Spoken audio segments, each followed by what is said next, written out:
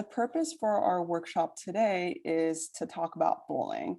Given the circumstances of this year, it's been incredibly difficult on so many levels for so many different individuals.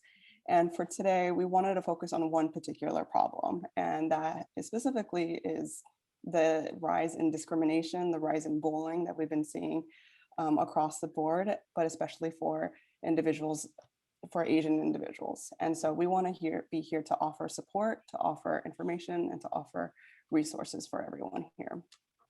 So Tim, can you go ahead and share the... Yes, I can. Thank you for that.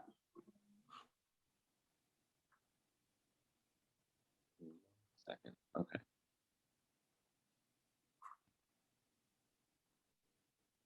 We can see. Okay, great. Let's see here. Is that okay? Okay.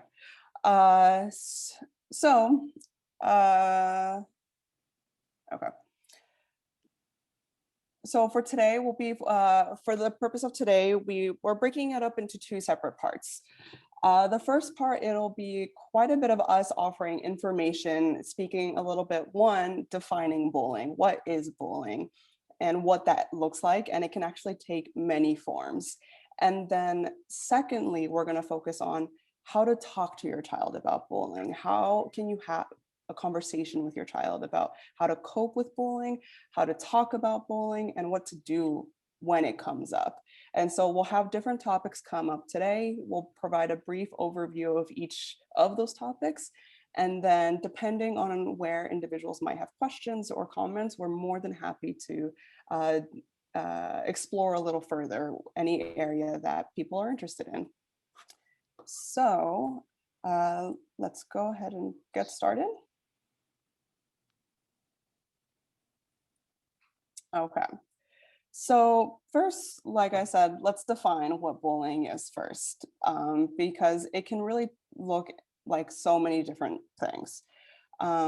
Bullying can take the form of, it can happen between students, it can happen between children, and it typically occurs when one person is intentionally, purposefully hurting or harming another person. And that could be with the use of words, with the use of actions.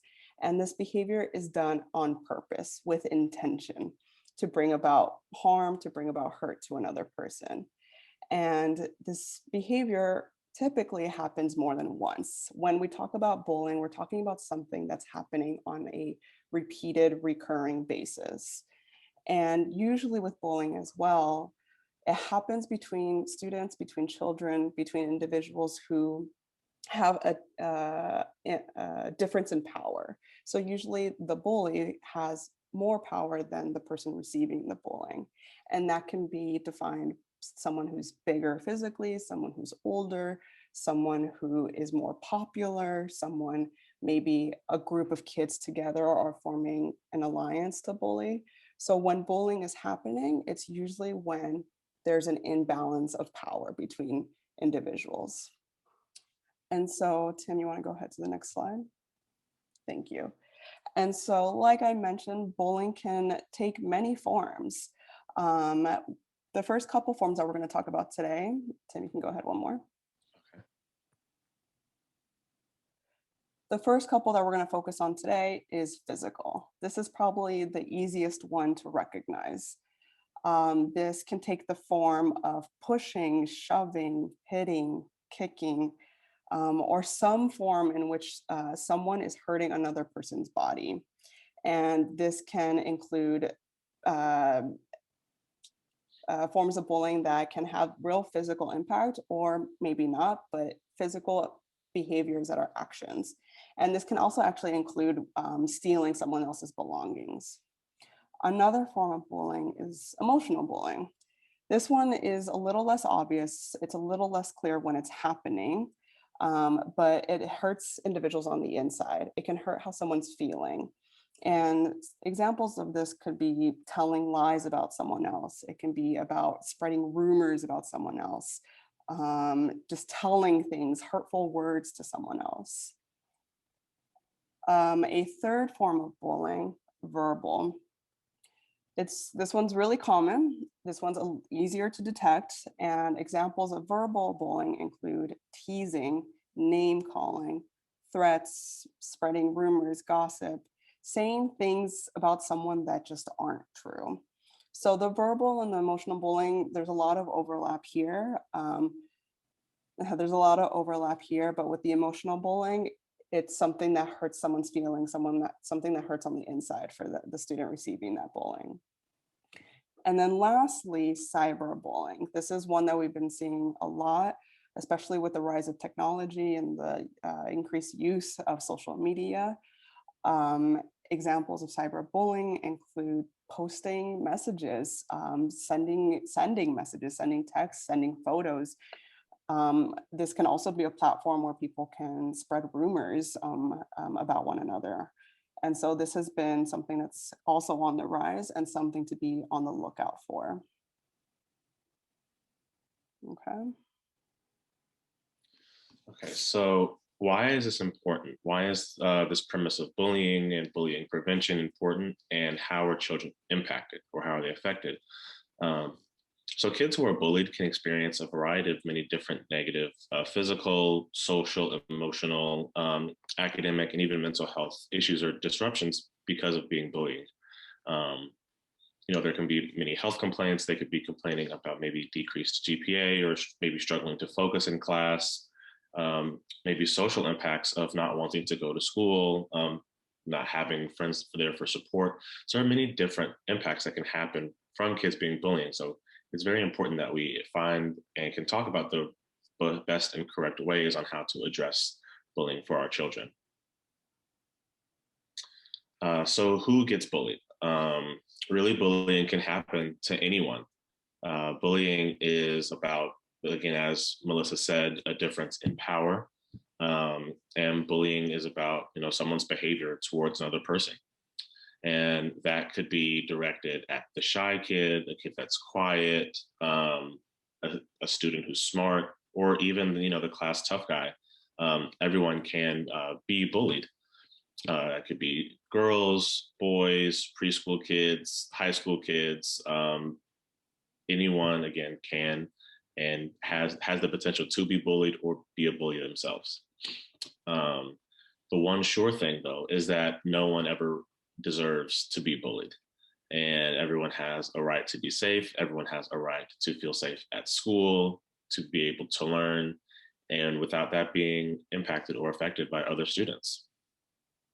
But also, no one single factor puts the child at risk of being bullied or bullying others. It can happen anywhere, whether that's in the city, suburb, or rural towns, depending on the different environment.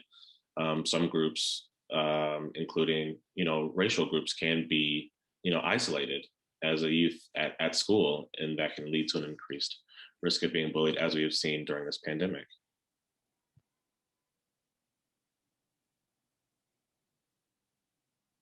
So, in continuing with that,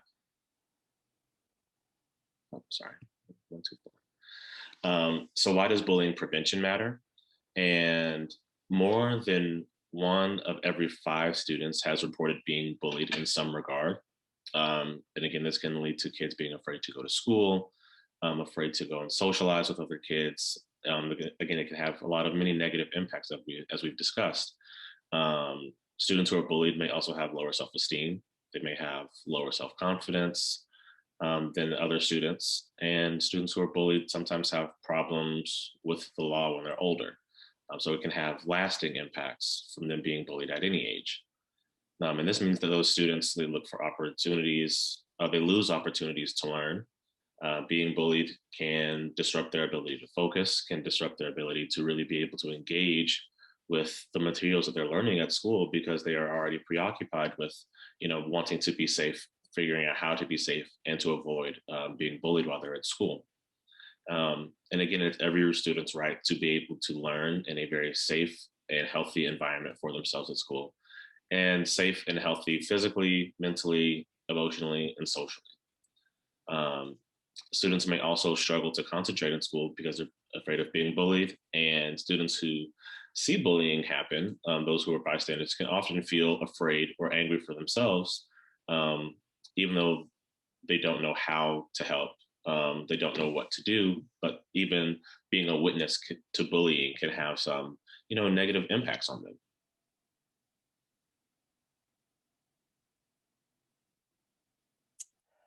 So now let's talk about what to do. Now that we have a better idea of what bullying can look like and the impact of bullying and how it can come up, now let's talk about what can we do about this? How can we talk to our child about bullying? Because this is an incredibly important area that I'm glad we're having this conversation today. So Tim, you want to go ahead and the next slide? Thank you. So when we first hear that our child or little one is getting bullied, our first gut reaction is to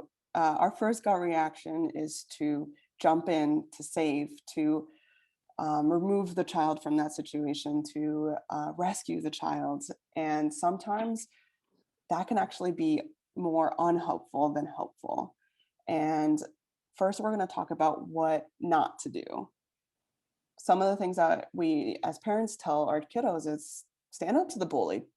Don't let the bully mess with you. Just stand up to them. Defend yourselves. This actually may not be the best avenue to approach, and here's why. If you tell your child to stand up to the bully, to defend themselves, this is actually placing a lot of pressure, a lot of responsibility on the child. It's a lot for them to handle in a situation that is understandably very scary. So we want to make sure that we empower the child, that we want to increase the confidence in the child without putting the pressure on them to figure this out on their own.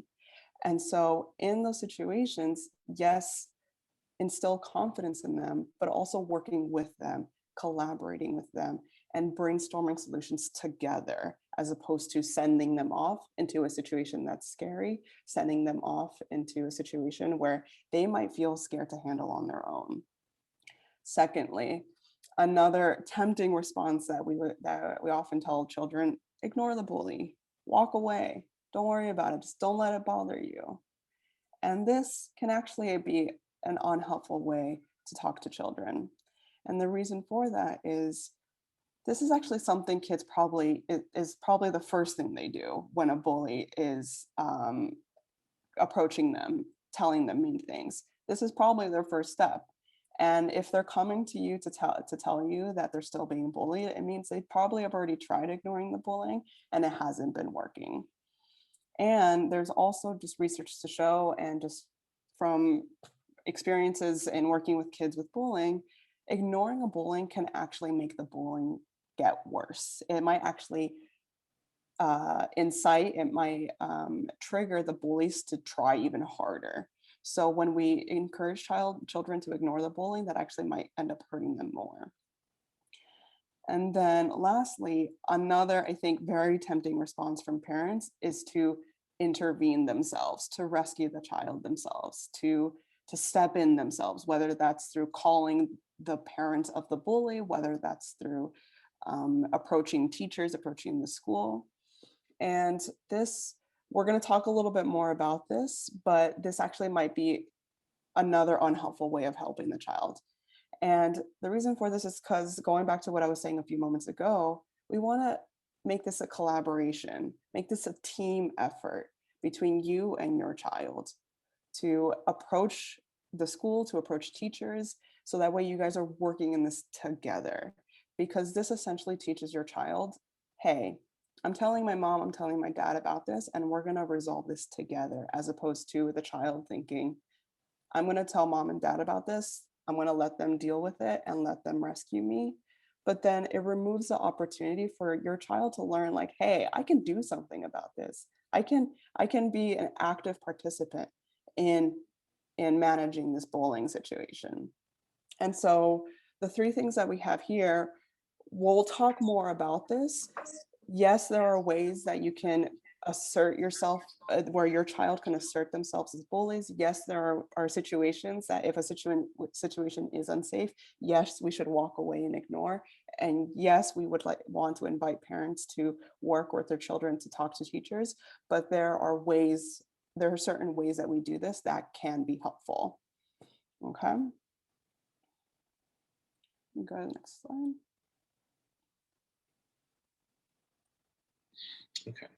So we talked about a lot of things that would be unhelpful that we can do that, be our first intuition to do and to act as a parent, but also talked about ways in which, would be helpful and to really cultivate a supportive environment and be able to, empower both ourselves as parents and our children as well to be able to navigate better these bullying situations. So continuing on what parents should be ready to do when they find out their child is being bullied, when their child has come and told them about being bullied, is one, and most importantly, to really just listen. We really want to begin to create that and cultivate that safe and welcoming environment, especially because your child is already feeling unsafe at school. And for them to be able to come and, really open up and talk to you about that is probably taking a lot for them to do. Bullying often comes with a lot of feelings of shame, a lot of feelings with guilt. Is it my fault? Why am I the one being bullied? So being able to open up and talk about that is really empowering for the child. And for us as parents, one of the most important things that we can do is to really be open, be welcoming, and just try to listen and allow the child to tell their story, and also allow them to tell it the way that they want to tell it. They may be in a lot of emotional pain about the way that they are being bullied.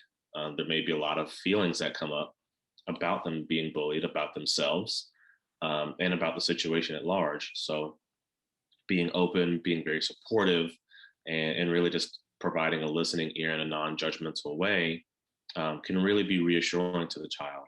And we really want to reassure them, that this is not their fault. So also we want to believe them, and the knowledge that a child is, and acknowledge that the child is being bullied. This can again raise many emotions, and we want to be effective and supportive advocates. And so to do that, we really need to, as parents, need to react in a way that encourages the child to trust us. Our initial reactions made to be upset that they're being bullied, and obviously that upsetness is not being directed at the child, but they may perceive that as, I let myself be bullied, and now my parents are reacting in a way that's upset them, and they can in turn feel like being bullied has upset you, but from a point where it's their fault. So being mindful of the way we react is very, important in this situation, a very sensitive situation. And we just want to continue to remind them in each way that we can that this is not their fault, that we are here for them, that we're supportive, and we really believe them. And again, on that be supportive piece, really telling the child that, hey, I understand that this is really tough for you. I'm sorry that this is something that you are going through, but I just really want to remind you that this is not your fault, that you didn't do anything to make yourself be bullied. And just reminding them and empowering them that, telling them that this is not their fault, acknowledging that this is a very difficult and frustrating and scary situation, and avoiding judgmental comments about the child or the child who bullies, because the child may already be feeling isolated. They may already be feeling unsafe, insecure, or maybe have lower self-esteem than before they got bullied. So we want to really avoid any negative or judgmental comments that may possibly further isolate our child. And again, being patient. So they may bring it up one time, say, Mom, Dad, I'm being bullied at school. And our initial reaction may be to really jump in, who's bullying you? What are they doing? What's going on? What are the teachers doing? But really acting out of that sense of concern and really wanting to be able to jump in and protect our child, to be able to help them and make sure that they're not being hurt in school. But also allowing our child that space to be able to really talk about things, to be really able to open up about things as they are ready. Again, this bullying can be a very traumatic situation. It can be very scary. It can be very hurtful for them. And as they are kind of processing these things and really on a day-by-day basis, being patient and allowing them to talk about things as they are ready. They may give you some information here, more information later, but really just being there, being supportive, being patient, and allowing them to kind of, go through this emotional process with you can be really empowering and be really welcoming and securing for your child during these difficult times. Because children may be afraid of retaliation. If I tell you and my mom tells the teacher, my parents tell the teacher, or they go and talk to their parents, what would that make the bully do to me at school? So, some of this fear of retaliation, or even thinking that, telling an adult may or may not change things. Your children can be going through a lot of different thoughts. They could be feeling withdrawn, frightened, or afraid because of just how difficult it is to navigate these bullying situations. And we can provide information, and hopefully the information that we can provide here through our workshop and through questions later, but really being able to provide information to educate our child about bullying can be very helpful, and also at a level in which they can understand. So reaffirming that it's not their fault, that bullying can happen to anybody. Bullying does not reflect who you are as a person if you're being bullied, and really just providing that strong emotional support and information that can really help empower our children. And lastly, explore options. So different intervention strategies. Really, it's okay to ask the child, what would you like to happen? Like, what would you like to happen? How would you like to go about this? How would you like to see this, situation resolved? Or how can I, or even asking, how can I help you in this? Allowing children to be a part of their own resolution of these bullying strategies. As Melissa was talking about, building that collaborative relationship between yourself and your child during these times of bullying can really, really, empower your children and help them feel like they have the ability to really, advocate for themselves, to help themselves, because they can already be feeling powerless in this situation. We don't want to kind of take all of that from them and go fix it and make them feel like they didn't have a part in that, to really help them feel like they also had a sense in helping themselves is really sustainable in the long term. So different ways in being able to discuss bullying with your child, just briefly, is really to be empathetic, to be open, to be understanding, really helping your child feel safe, helping them feel comfortable, and to be better able to talk about their experiences of bullying. This is really very important. Also, as parents, getting a full picture, understanding what their experiences look like from the child's perspective and from the child's point of view, not really asking leading questions or trying to figure it out for them, would also be very important. But really understanding from the child's view will help us have a better sense of what is going on, to be able to give us a better sense of how we need to move forward, how to talk to them about it, how to talk to the school, how to talk to the parents, teachers, etc. And really, again, allowing our child to really process their emotions in the present, being patient, allowing them to come to us and talk about things when they're ready, how they feel talking about things best suits their needs, and providing that emotional support along the way really can help establish a safe feeling for our children. So again, collecting information when talking to our child is asking open-ended questions. Again, not leading questions. Questions like are yes or no can maybe constrict our child in what they feel like may be important to you, or may be important about the situation.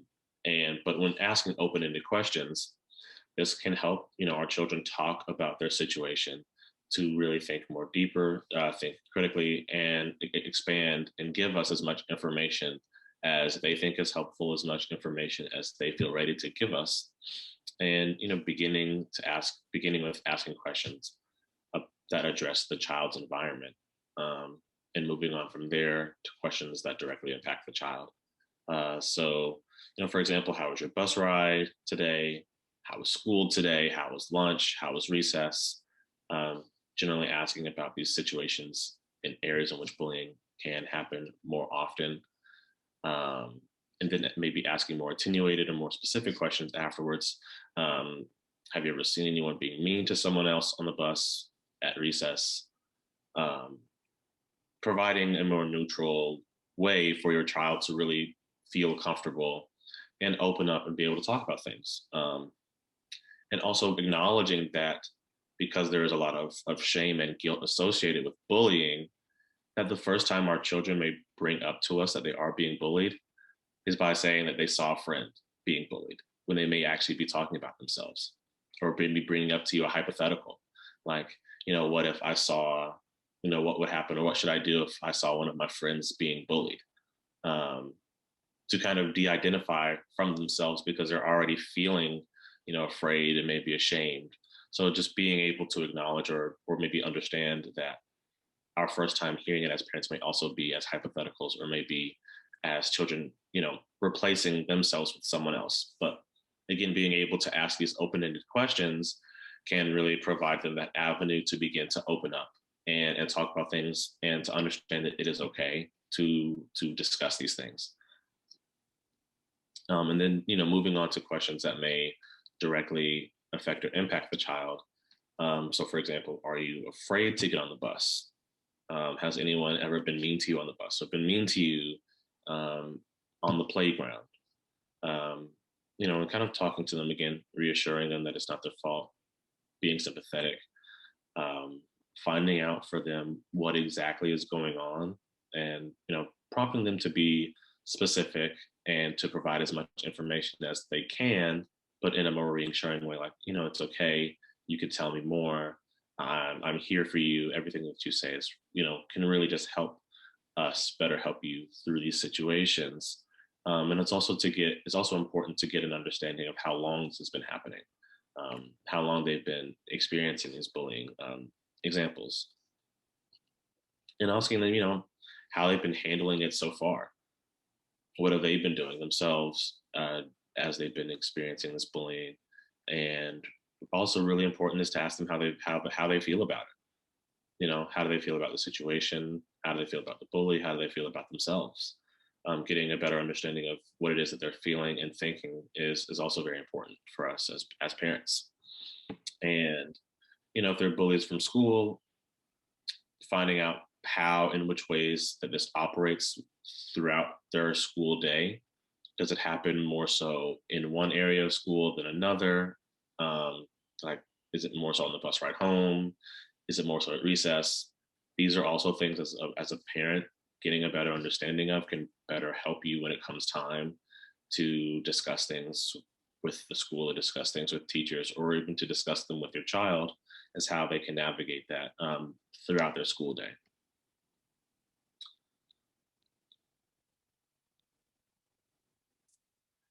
Okay, thank you, Tim. So we have basically broken this up into 2 steps. As Tim has already talked about, step 1 is collecting that information, responding with empathy, responding with care and compassion, collecting information.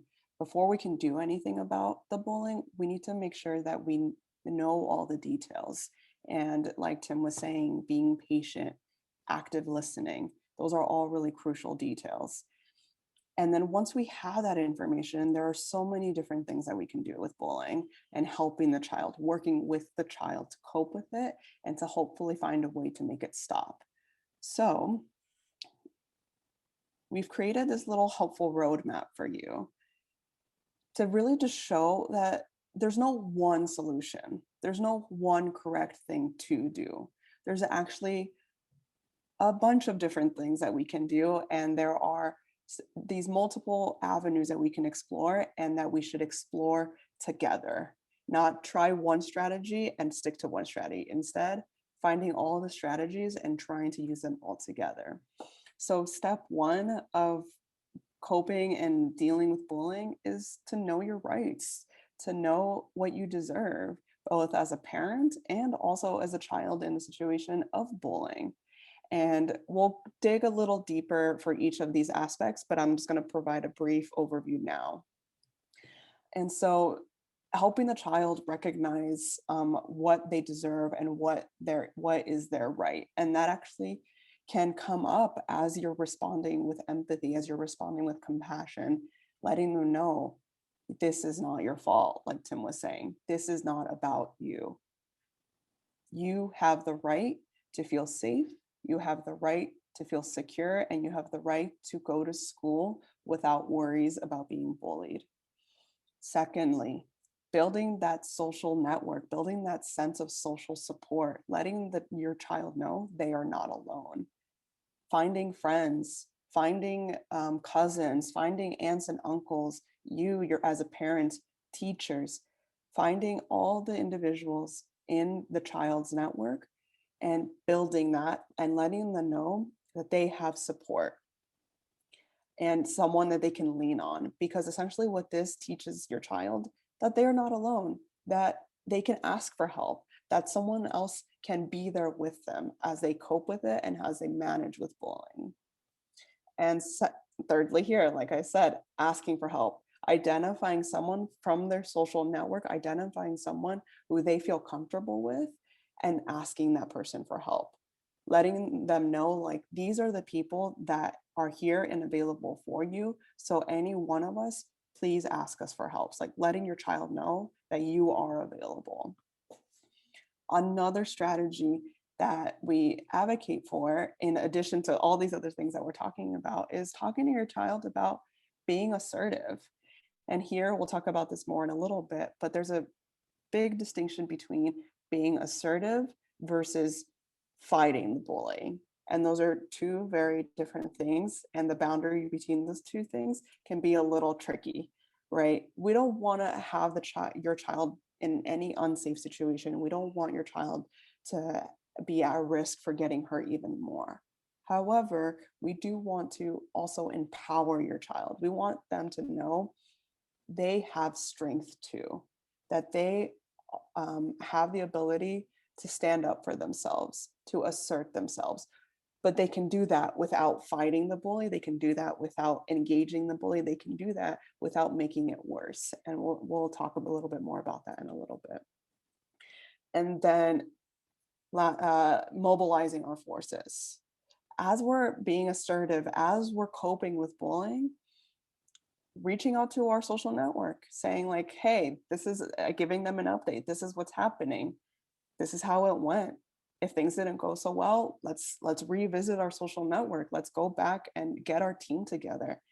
Let's bring us all together and think of new ways. And really just when one thing doesn't work, that's okay.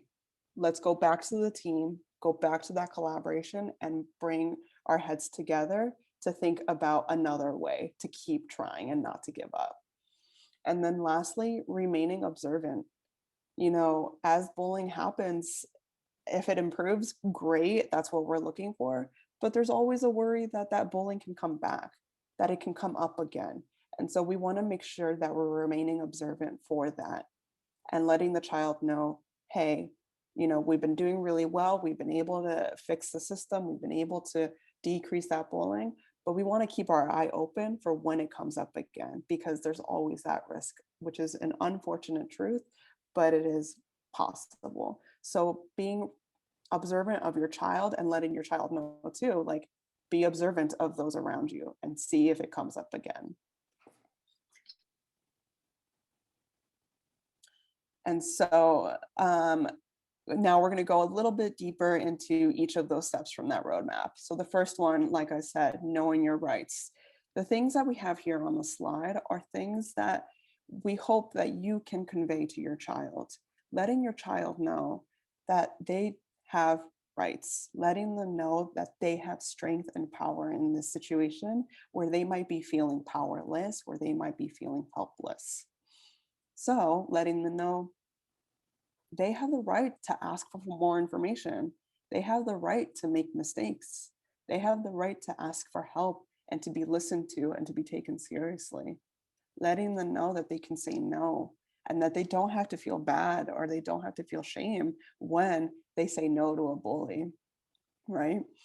And then just keep going down this list, letting them know that they have a right to be treated with respect and to be treated well, to be treated as a human being, and letting them know that that bullying is not okay, that the actions that are happening are not okay.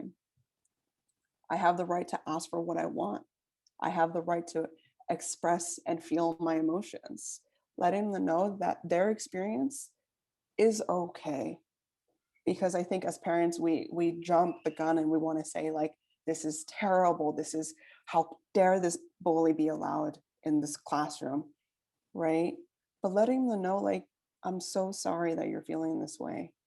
It's okay to feel scared. It's okay to feel a little okay to be feeling the way that you're feeling, right?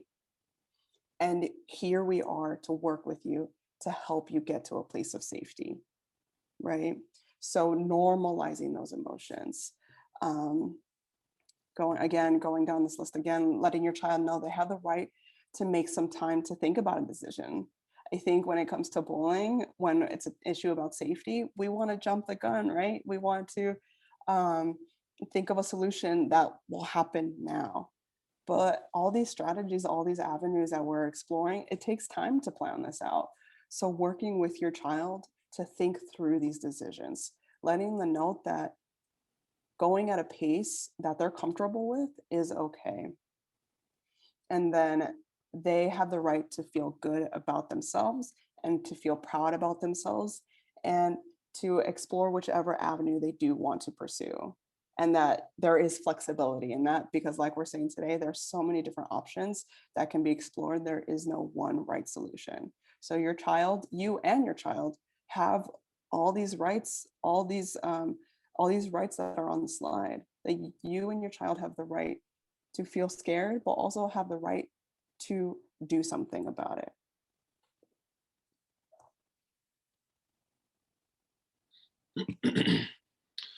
So next we want to talk about building our social network and really kind of expanding on what Melissa really put in such great terms with points 2 and 3 on that roadmap, building our social network and, being able to ask for help. So when we talk about building our social network for our child and in these times of bullying, that social network is really there to help provide a sense of support for them, provide them with support, provide them with avenues in which to talk about things and which to get the help that they need. And I really want to emphasize the importance of building that social network, because in these times of bullying, when your child is experiencing bullying, they may often feel alone. They may feel isolated. Again, talking about having those feelings of guilt and shame. A lot of these, negative internalizing feelings that can really make our child feel, less secure of themselves. But where this social network comes in and where this social network can really shine is being able to help and empower your child, letting them know that it is okay to reach out. It is okay to talk about things and, to really, help instill those positive feelings about themselves. So our social support network is made up of a lot of different things, a lot of different people. And we really just want to help integrate all of these and help really build a strong sense of community, a strong sense of belonging, and just a strong sense of knowing that your child has support and can reach out to many different people who are all there for them. Having that reassurance that despite being bullied at school, despite being picked on or maybe isolated and being picked on, that there are people there for them. There are people there that support them. There are people there that care about them and want to see them be happy, want to see them be healthy, in all ways, emotionally, physically, mentally, in all different ways. So as you see here, there are a lot of different levels to this social support and social networking.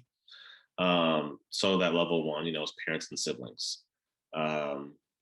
That strong foundation of the home environment, and really ways in which we can continue to build that strong home environment, especially during difficult times like bullying, is the ways in which we mentioned earlier on being open, being supportive, listening, validating to your child that it's not their fault, it just being emotionally available and supportive. Level two is with their best friends, the friends that they have in school, the friends that they can really rely on, and having that closeness with best friends. Level three, cousins, close friends that they still can talk to or still do talk to on a regular basis. Going to level four with friends that they sit at lunch, friends that they have outside of school, friends in the community. Going into level five with neighbors in the community. Level six, people they can just say hi to in passing, people they see on the bus. Just a lot of different levels in which children can find that social support, that social validation, that social acceptance that can really help support them during such really difficult and potentially isolating times of being bullied. So who are we calling for advice? Who are we talking to when we just want support? Who do we hang out with? Who do we call when we're in trouble? Different things that we can even think about and have as adults means that much more for our children when they're feeling isolated and being bullied at school. So really that environment is really kind of cultivating a safe and supportive environment, places in which our kids feel comfortable going to, people our children feel comfortable going to and talking to, opening up. And also, telling our kids that, it's okay to talk to more than just, mom and dad about it. It's okay to talk to your friends about it. It's okay to talk to, aunts and uncles. It's okay to talk to grandparents. It's okay to talk to and discuss things with, other friends. It's okay to even to talk to like the teachers about it, faculty and staff at school. It's okay to talk to others about it, letting them know that others are here to help them. And most importantly, that they won't be in trouble for talking about it. Oftentimes kids can feel like it's their fault or they'll be in trouble for being bullied. And we really want to, acknowledge and affirm that, hey, this is not your fault. This is not something that you did wrong, and that you won't get in trouble for it. In fact, the exact opposite, that you will get that support and get that help that you've been looking for. You'll be able, like, these people are here to help you. They want you to feel better, and they want you to be able to go to school and enjoy being at school, enjoy learning, enjoy socializing with your friends, and not have to worry about, being picked on or being bullied. So, letting them know that there is more than just one source out there to receive these helpful things, to receive this support, that they can confide in many different people, and getting that reassurance from those different sources that, wow, my parents are here for me, my friends are here for me, the teachers are here for me, like, really can help, empower our children, and letting, helping them feel like, this is something that they can get through. This is something they can get through, and that people are here for them. They want to see them do well. And, it's important to just make sure that they're aware of the different variety of support options that are open to them. And, again, respect that they will choose the option or options that work best for them. And again, that really being open and being patient, letting them process, letting them talk to who they feel supported by, whoever that may be. And again, what is really important is to have, some collaboration within that social support network. So, if they've talked to more than one person, if they've talked to, multiple groups, teachers, friends, parents, to really work together and provide, that collaborative support that can really help your child better navigate these different situations. Tim, actually, can you stay there for one more second? Mhm. I'm going to add one tiny thing, and then I do see Sherry, you have your hand raised, so we will get to you in just one moment. One thing that I want to add to already the great things that Tim is sharing is, as we're identifying these levels of social support, taking that a step further actually, and really sitting down with your child and writing out like, okay, what do you feel comfortable telling your parents, us, and your siblings about? The more personal, vulnerable things. Okay, let's write that down. What do you feel comfortable telling your best friends about? Personal, vulnerable things, maybe. And then as you're going up these levels of social support, yes, as Tim was saying, there's so many different ways that they can be supported, but taking that step further and saying like, what do you feel comfortable talking to with each level of support? As you can see, as we go up in this ladder here, there are people that are closer to your child, and then there are people who are a little bit more distant. So really mapping out, what can you say to each of the individuals in this ladder here? Because it helps them, give them a roadmap. It helps them give them a guide of, all right, I can talk to my best friends, my cousins, my parents, and my siblings about these really personal, hard, scary things. When I'm thinking about my neighbors, my friends that I sit with in the cafeteria, those might be the people that like, all right, these are the people I'm going to talk to help me feel better. These are the people that I'm going to talk to cheer me up, to have a good time with, right? Letting them know that these different levels of social support can offer more than just one thing. Okay. So the last thing we wanted to talk about today, in addition to knowing your rights, in addition to building your social network and asking for help and confiding and talking to others so that way you know that you're not alone. Another really helpful strategy is learning how to be assertive. And being assertive, like I was saying before, is very different from fighting the bully. We do not advocate fighting the bully because that just presents a risk for putting yourself in a situation that is unsafe and that might be unhelpful. There's a difference here. When we talk about being assertive, we mean standing tall, remaining calm, using a calm and clear voice. We're not here to fight, to hit back, to say mean things back. We're not saying to engage and push back. We're here to stand tall, to remain calm, and to use a clear and calm voice. And so there are many things that we can do as thank you for any children who are joining us today. But being assertive, helping your child be assertive is a really important skill to have. And that can, as we have here on the slides, the different things that they can do to be assertive: maintaining eye contact. Like I said, standing straight, standing tall while remaining relaxed. If you're remaining relaxed, if you're remaining calm and neutral, you're not fighting with them. You're not escalating the situation. You're not building the tension. You're not building the problem. You're saying, I'm here, I am present, but I'm not going to fight with you. Using a firm and friendly tone, using I statements, saying, I don't like when you call me these names. I don't feel safe right now. I am going to assert my right to feel safe. I'm going to assert my right to enjoy and feel safe in school. So I'm going to go to the classroom and I'm going to focus on my school activities. Really focusing on yourself as a person and your rights.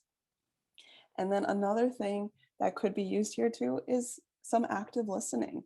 Maybe this bully, maybe they have their own things going on, which is actually pretty likely. Bullies oftentimes come from environments that are a little hectic and may be contributing to why they're bullying. So maybe listening to them, like, what's going on? Why are you behaving this way? Why are you calling me names? Because, and then letting them know that that's not okay because it's making the child feel unsafe. And then this goes hand in hand with that idea, not making assumptions. Yes, the behaviors these bullies are engaging in, they're not okay. But at the end of the day, they are also children too. So let's not make assumptions about who they are. Let's not make assumptions about what their home is like. Let's not make assumptions that they're this mean person. Their behaviors are not okay. The bullying itself is not okay. But let's not make assumptions about the individual themselves. And then lastly, being honest, being clear, and being direct. Calm, neutral tone. I know my rights. I don't like it when you call me names. I don't feel safe when you do whatever bullying that is happening. I'm going to reserve my right and walk away. And that's what we mean by being assertive. And so, Tim, I believe do we have more after this? Mhm. Okay. So I know we gave you guys a lot of information today. So we want to open up the floor and provide space for questions and also to provide opportunities. I know we ran through a lot of these really big ideas. So if you guys would like further explanation or just to talk more about any one of the ideas we talked about today, now is the time for us to really just open up the floor for everyone. So I'm gonna, on behalf of some parents who private message me, Jimmy, if anyone messaged you, you could ask as well. I received quite a few questions. And one question seems to be popular is that, sometimes parents, tell me if you could like stop sharing. I think we could like Oh, yeah. everybody. And one question is kind of popular is to determine like whether this is even bullying. Some example I received are, children who are bring these homemade food to the cafeteria to have lunch, and these food might be Chinese, like some cultural food, and other people don't see, and other children may comment like, ew, like what is that, or like that's smelly. And like this obviously is very, very hurtful. And children might go home and be like, I don't want to bring in this type of food anymore, or like my culture is just being denied right now. Or even like, I don't want to be Chinese anymore. That like being Chinese not cool because they call my food like ew or messy or smelly. But parents are struggling with like, is this just bullying? Or is it just some, like their children, they kind of just behave this way? And another example I received is that, some children on the autism spectrum, they will have these stimming behaviors. Maybe they're waving their arms or turning their heads. And other children would just copy this behavior and just to make fun of him. And so I guess the first question is that for these behaviors, are they bullying or are they just like normal children interactions? Yeah, thank you so much for that question. It's a really great question, and I think that's such an important observation, because before we can even do anything, before we can help your child, we got to figure out what is even happening, right? We need to collect information. We need to learn about the bullying. And that's where we started today. And it's actually very possible that we missed that part of the presentation because I know people joined in afterwards. But I think in some respect, maybe we would need to know more information, but that does sound like it would be bullying, because when we talk about bullying, it's these intentional, purposeful behaviors that are said, that are done to another individual that causes harm, that causes your child to feel some form of an emotion that is either fear, sadness, threat, shame. If your child is feeling any of those emotions and any others, then that is an example of verbal and emotional bullying. And Tim, actually, can you pull up the slide with the different types of bullying? Yeah. Because when we're talking about bullying, it's not just the physical hitting, punching, shoving, kicking, because that, yes, is a form of bullying, but it's not the only one. Those verbal, emotional remarks are also considered bullying because they're having an impact on the child. They're having a negative impact on the child. Like, I don't know who asked the question, but they're saying, I don't want to be Chinese anymore. These are comments that are having the child doubt and have thoughts about their culture, about their ethnicity, about their race, their background, their family, and that's not okay. Separately, I understand what you're getting at. is this just kids being kids? Should we just kind of let it happen? Those are there. That is also very possible. And when we talk about that, we do see kids do sometimes tease each other. Sometimes they'll say, like, I'm blanking on an example right now, but when it's done in a teasing, humorous way, when both children in the situation are equal power, are both finding it humorous, and they're both, feeling okay, then that would be considered teasing, and sensitive teasing that's not meant to be harmful. But if the child is feeling hurt, if your child is feeling upset, then that's actually not teasing. It's not done in good fun. It's not done in a humorous way. It's actually something that's harming the child, and that's not okay. Yeah, I agree. Even if someone is kind of meant to be funny and call someone names, they think that would be silly. But if the other person on the receiving end think that's funny or silly, and then that's okay. Like, we're just gonna call, like, some children, like, sometimes they will call each other like dumb or use these similar words. But if both sides found it okay and funny or silly, that's okay. But if one person, like the receiving side of the person, found that hurting, and that's not okay, that's absolutely not okay to say that just because you meant to be funny. Right. We don't want to excuse, like, humor, because we have, it's like intent versus impact, right? So the child can intend to be funny. They can intend to, like, oh, I was just joking. Or in the one example that we heard, I was just being sarcastic.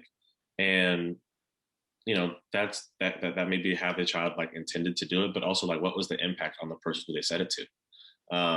It made me feel bad. That made me, feel like, I don't want to be Chinese anymore. Being Chinese is not cool. So, like, what is the impact that has on that child? And we want to focus there. We want to focus on the impact.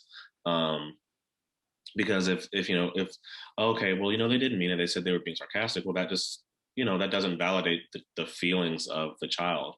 It kind of writes them off. We want to be sure that we are addressing, like, that made you feel bad. Let's talk about that.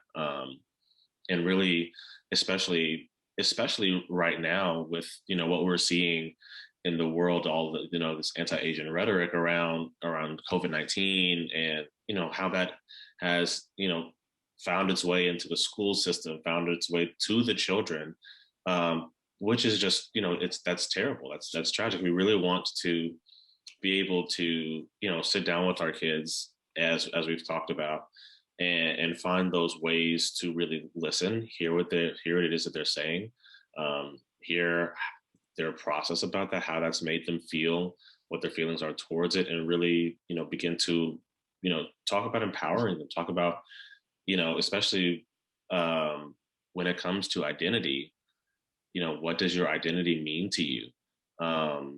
In what ways can we empower your identity? And also, when it comes to providing information to our kids about what is going on in this world and why they're receiving some of this stuff. There's a lot of hatred that is in this world right now, a lot of ignorance directed towards the Asian community. And, this comes from the media, this comes from, other parents' beliefs being talked about to their children, in which they're internalizing and repeating.